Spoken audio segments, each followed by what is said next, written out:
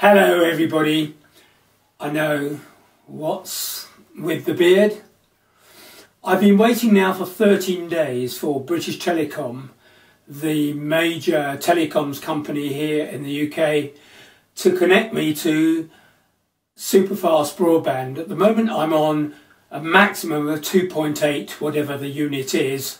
You'll recognise the impossibility of this. It means this video, for example, will take about 5 hours to upload.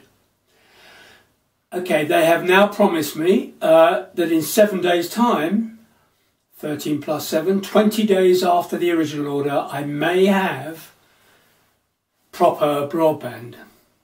So this is my protest. Every day that the lovely lady from Mumbai, British Telecom lady, calls me to say, I will call you in another 2 days to tell you what the progress is. The progress is going to be, of course, that she says to me, I will call you in another 2 days. I take a picture of this and I send it to her. And I promise that I will put it on my Tumblr every day for another day that they can't do the decent thing. I sound like Russell Brand, don't I? Ranting against corporatism, quite rightly. He does tell the truth. But his urging us not to vote in the election here in the UK in a week's time is, I think, misguided. People threw themselves under horses, and even worse were sent to Australia for even thinking about their own civil rights. But from one comedian to another, Nigel Farage of UKIP, putting himself forward as a man of the people with policies. He's an MEP taking that amazing salary. He's on the gravy train. He doesn't do the work. He's got nasty, nasty allies in Eastern Europe. His one plank is that immigrants have somehow taken indigenous jobs.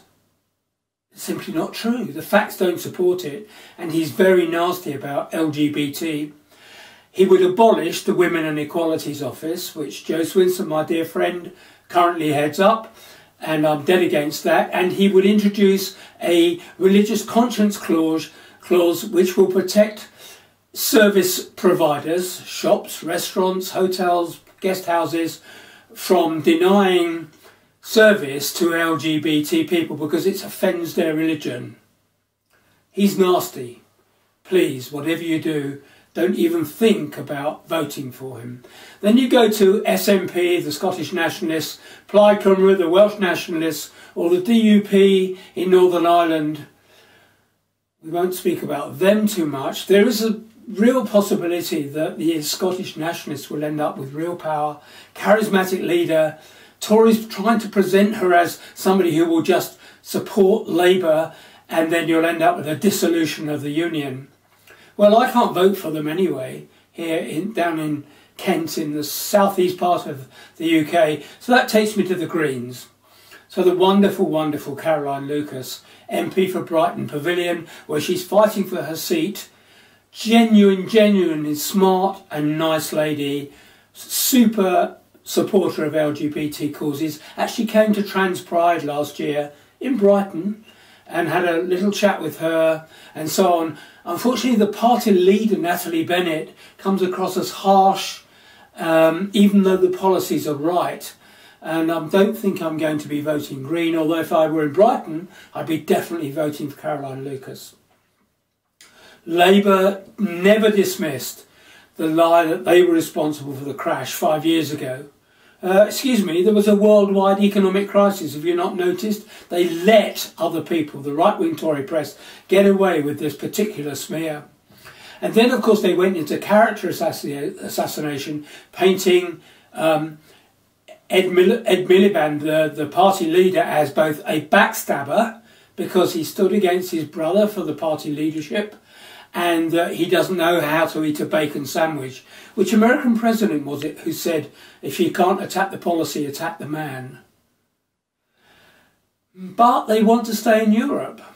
The Lib Dems, who have been in coalition with the Tories now for 5 years, holding them back from the swivel-eyed lunatics on their right wing who would have introduced the most draconian led policies against the poor, more than they already have.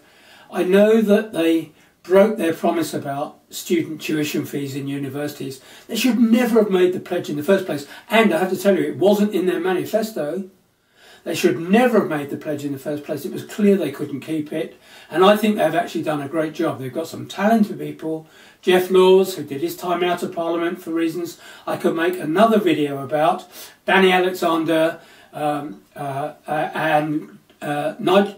Clegg himself. Good people.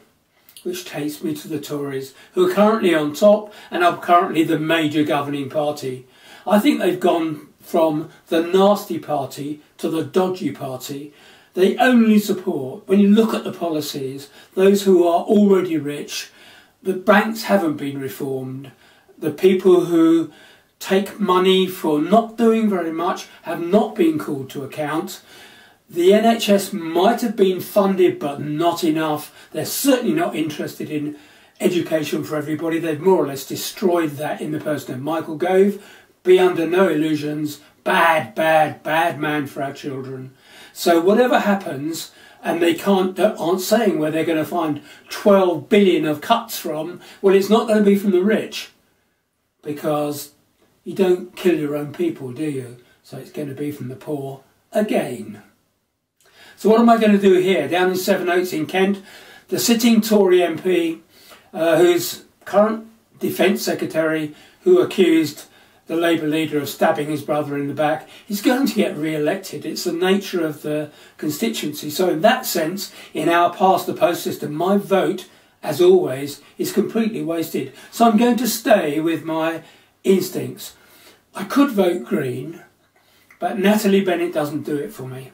So I'm going to vote Lib Dem. I know that there's no chance of the Lib Dem candidate, who's a local councillor, getting in.